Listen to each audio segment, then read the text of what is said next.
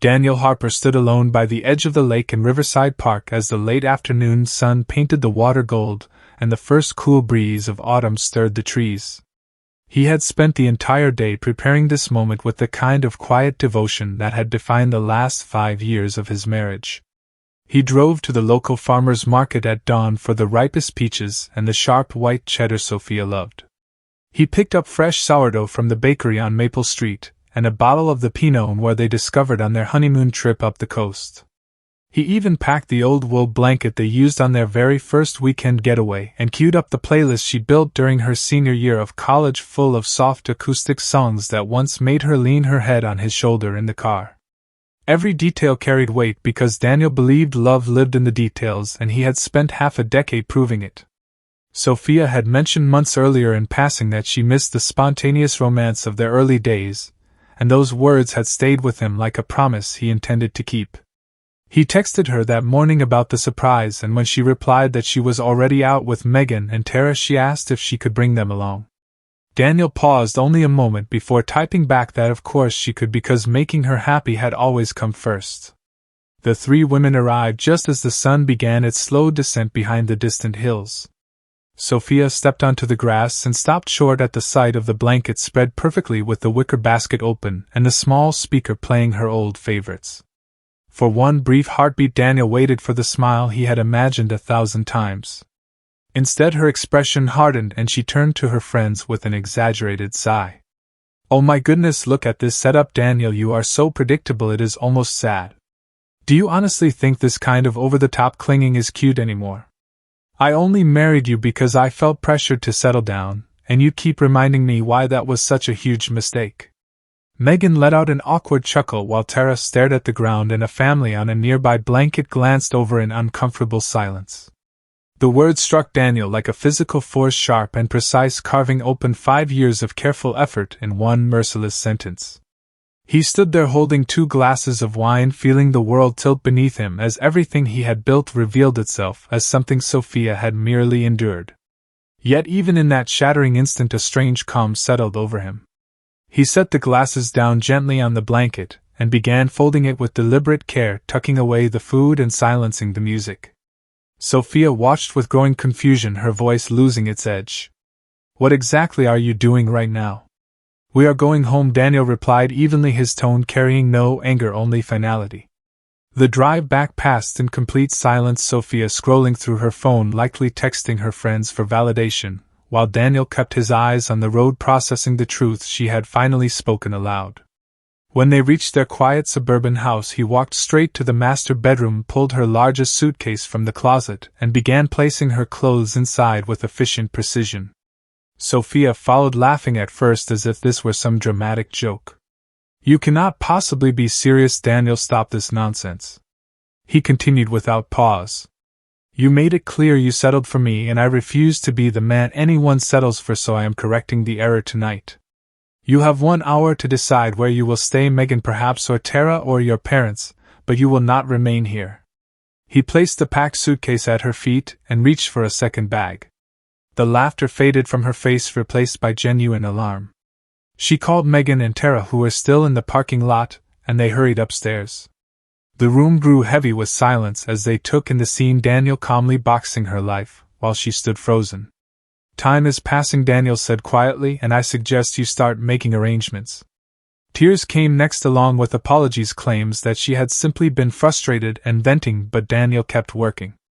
"If that is how you speak of me to your closest friends, then I no longer wish to know how you truly feel about me in private." Sophia left with Megan that night, clutching her suitcase, still convinced he would call by morning begging her return. Daniel finished stacking the remaining boxes in the guest room, turned off the lights, and slept more deeply than he had in years, the house finally quiet and entirely his own. The morning after Sophia left, Daniel Harper woke to sunlight streaming through the bedroom window and a silence so complete it felt like the house itself had exhaled. For the first time in years he made coffee exactly the way he preferred it, strong and black, with no concern for whether the aroma might bother anyone else. He ate breakfast at the kitchen island, slowly savoring the quiet, while the world outside carried on with its ordinary rhythm. By noon he had called a locksmith and stood in the doorway watching the man replace every exterior lock, explaining calmly that his wife would no longer have access. The final click of the new deadbolt sounded like punctuation at the end of a long, exhausting sentence.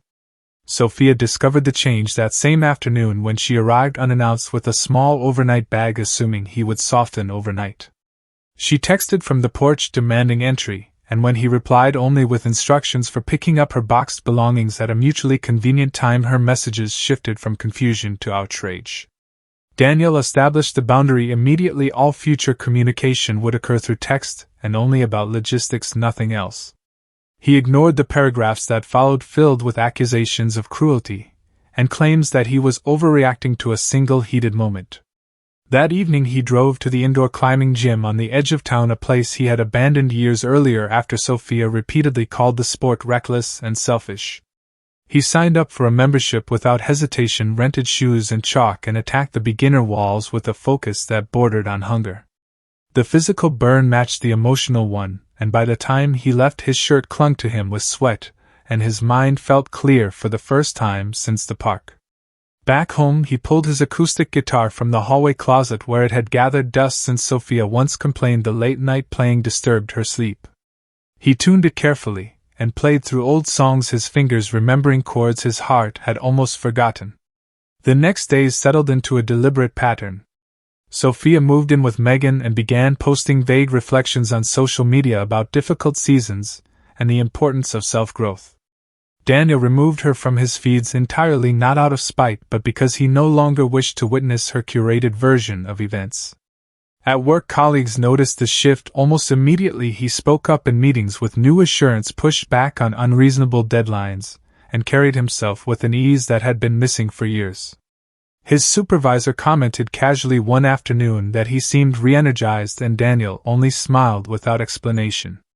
Sophia's texts arrived in waves, first anger, then bargaining, then tearful apologies, insisting she had spoken out of frustration, and that her friends had encouraged the venting.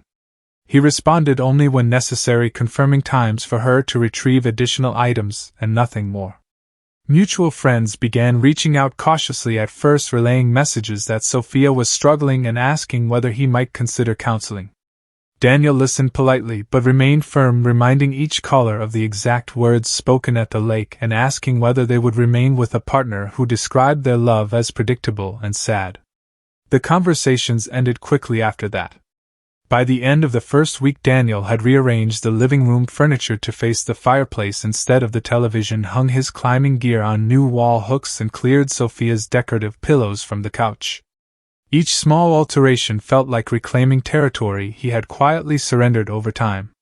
He cooked meals he enjoyed, spicy curry and rare steaks, dishes Sophia had always vetoed, and ate them while reading books he had set aside because she found them pretentious. The house began to reflect him alone, and the sensation was both strange and deeply relieving.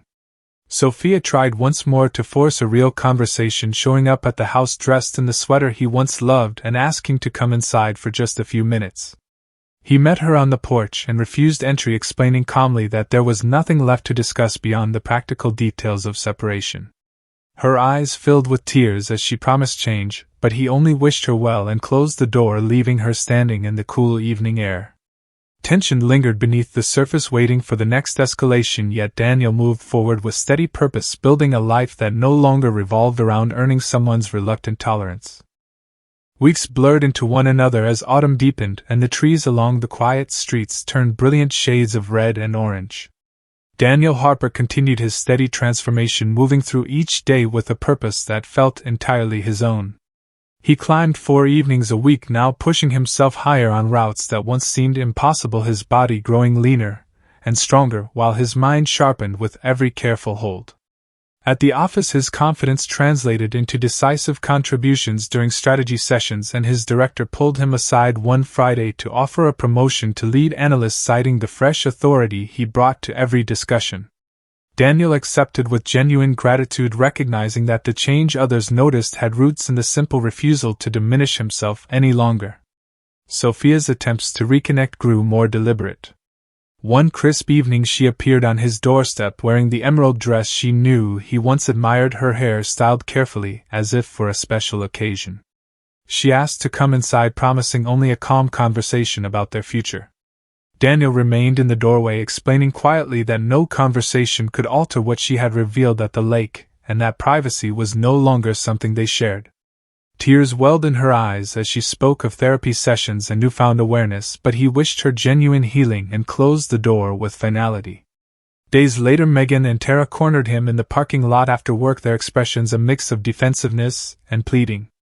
They insisted Sophia was suffering deeply, and that one moment of poor judgment should not end 5 years of history. Daniel listened without interruption, then asked whether either of them had been surprised by her words that day at the park. The awkward silence that followed told him everything. Their discomfort at the lakeside had stemmed from familiarity, not shock. He reminded them gently that Sophia had shared her view of him as a reluctant choice for months, if not longer, and that he refused to compete for affection she had never truly offered. They drove away without further argument, leaving the air colder than before. That same week, Daniel decided to clear the last traces of shared digital life from his phone, backing up photos before deleting the folders they had built together. While scrolling through old messages for anything practical, he stumbled upon a thread Sophia had accidentally synced years earlier conversations with Megan dating back to their engagement period. The words stopped him cold, repeated comparisons to an old college boyfriend who had apparently embodied excitement and ambition in ways Daniel never could. Casual remarks about how reliable Daniel was, yet how safe that reliability sometimes felt, dismissive jabs disguised as venting that chipped away at his worth long before the public outburst. The discovery landed not as fresh pain but as confirmation of a truth he had sensed beneath the surface for years. He archived the thread without anger, understanding at last how deeply the erosion had run. Meanwhile, he signed up for an open mic night at a cozy venue downtown, dusting off his guitar for a short set of original pieces he had written in college, but rarely performed.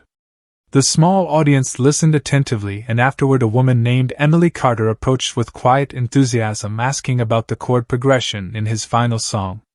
They spoke easily for half an hour about music and favorite artists, discovering shared tastes in folk and indie performers. She left with a warm smile and his number exchanged naturally without pressure or expectation. Sophia learned of the performance somehow, perhaps through mutual acquaintances, and texted late that night asking whether he was already moving on. Daniel replied only that he was living fully for the first time in years and that her choices no longer defined his happiness. The promotion brought new responsibilities that kept him engaged and challenged, while climbing and music filled the evenings with satisfaction he had almost forgotten was possible. Yet beneath the calm progress, tension coiled tighter, as Sophia's messages hinted at escalating measures, desperate bids for attention that threatened to disrupt the peace he had fought to claim. The discoveries and small victories fortified him, yet the story remained unfinished, with revelations still waiting to surface and boundaries yet to be tested.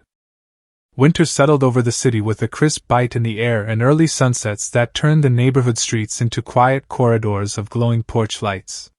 Daniel Harper moved through the season with an ease that felt earned rather than gifted.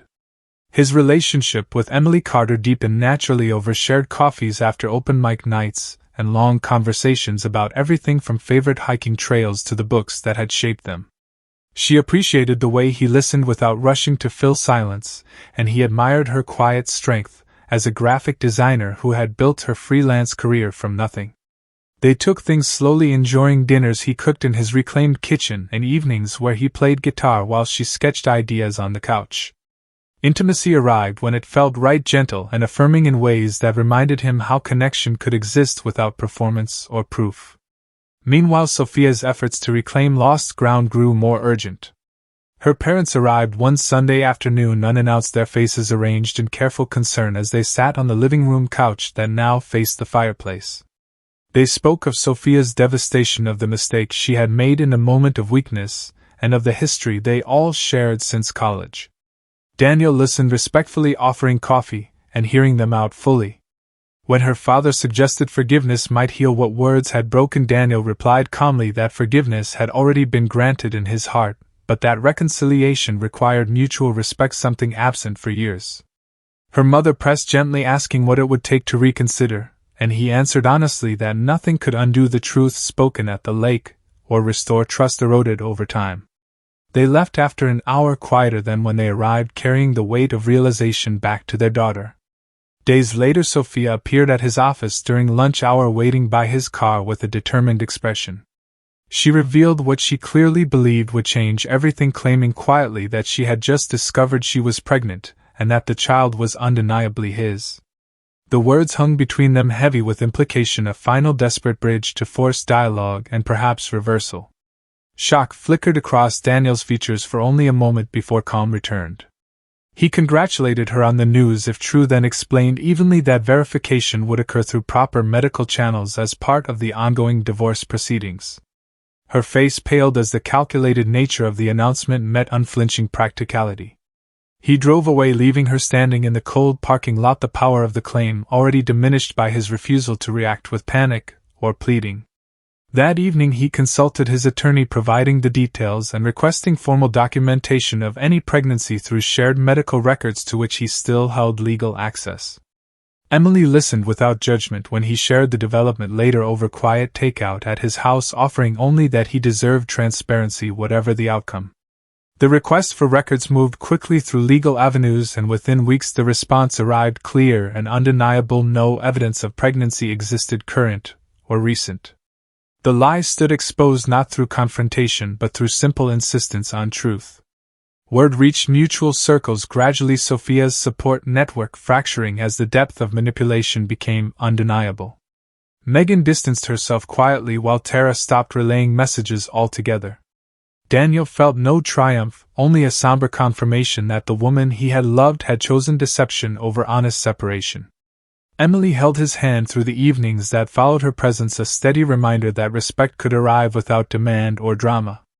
The divorce papers moved closer to finalization, assets divided cleanly since children and complex property had never complicated their union. Sophia signed preliminary agreements with reluctant speed, understanding at last that no further tactics would sway the outcome. Tension reached its peak, yet resolution hovered near, carrying with it the promise of true closure, and the space for Daniel to step fully into the life he had begun, rebuilding piece by deliberate piece. The revelation settled like snow, covering old ground, leaving the path ahead clear and waiting. Spring arrived gently that year, with dogwood blossoms drifting across neighborhood sidewalks, and the lake at Riverside Park mirroring a sky finally free of winter gray. Daniel Harper stood in the kitchen of the house he had decided to keep, brewing coffee, while Emily Carter leaned against the counter sketching idle patterns on a notepad as they discussed weekend plans. Their relationship had grown steadily over the months, rooted in mutual respect and the quiet joy of discovering someone who celebrated rather than tolerated the other's fullest self. She had met his brother Lucas over dinner, laughed easily with his colleagues at a company barbecue, and joined him on climbing trips where her encouragement felt like wind at his back. The divorce became final on a quiet Tuesday in early April, papers signed without ceremony or shared courtroom glances. Assets divided cleanly, the house remaining his along with the peace he had reclaimed within its walls. Sophia received her fair portion, and nothing more, the legal process concluding with the same efficiency Daniel had brought to every step since that evening at the lake. Word of the fabricated pregnancy spread through remaining mutual circles, not through his words, but through the undeniable records submitted in proceedings. Support that once tilted heavily in her favor evaporated as friends and family grappled with the depth of deception. Megan ceased contact entirely, while Tara sent a brief note expressing regret for having enabled years of quiet criticism. Sophia moved to a small apartment across town, her social media presence growing, quieter reflections replaced by long silences.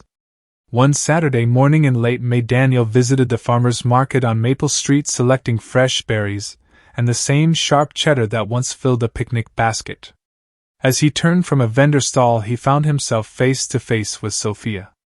She looked smaller somehow, her hair pulled back, simply her expression carrying the weariness of genuine reckoning. They stood among the bustle of shoppers for a moment before she spoke, first offering a tentative greeting. He returned it kindly, asking how she was managing. She admitted to struggling, yet attending regular therapy and slowly rebuilding habits that were truly her own. Silence settled briefly, then she met his eyes directly. "I was wrong about so many things, Daniel, most of all about you. I spent years comparing you to some idealized past, and never saw the extraordinary man standing right in front of me. The words carry no expectation, only the weight of honest admission. He nodded, absorbing them without bitterness. Thank you for saying that, Sophia. I hope you find the happiness you deserve, the kind that does not require diminishing someone else to feel secure. She asked quietly whether he had found his own, and he glanced toward the parking lot where Emily waited patiently by the car. Yes, I have someone who sees me clearly and values what she sees. Someone I can be fully myself with without apology or performance. Sophia's gaze followed his and a faint sad smile touched her lips. I am glad for you, truly. You deserve that all along. They parted with a simple nod, no lingering embrace or dramatic farewell, only the quiet closure of two paths diverging forever. That evening Daniel sat on the back porch with Emily, watching fireflies begin their early dance across the yard. He played a new melody on the guitar, soft and unhurried, while she rested her head on his shoulder. Reflection came gently, not as triumph over another but as deep gratitude for the strength that had emerged from shattering. The man who once measured his worth by another's reluctant acceptance had dissolved entirely that day at the lake, replaced by someone who understood love as mutual elevation rather than tolerated presence. He knew now that respect could not be earned through endless effort when it was absent from the start, and that walking away had been the greatest act of self-love he could offer. The house around him breathed with evidence of a life fully claimed, climbing chalk on the entry table, sheet music scattered across the coffee table, Emily's sketches pinned to the refrigerator door. Peace settled deep and lasting, no longer fragile or conditional. Daniel Harper closed his eyes briefly, feeling the warmth of the woman beside him and the steady rhythm of a heart that finally belonged entirely to himself. The echoes of a broken promise had faded at last, leaving only the clear, resonant note of a promise kept to the only person whose opinion truly mattered, his own.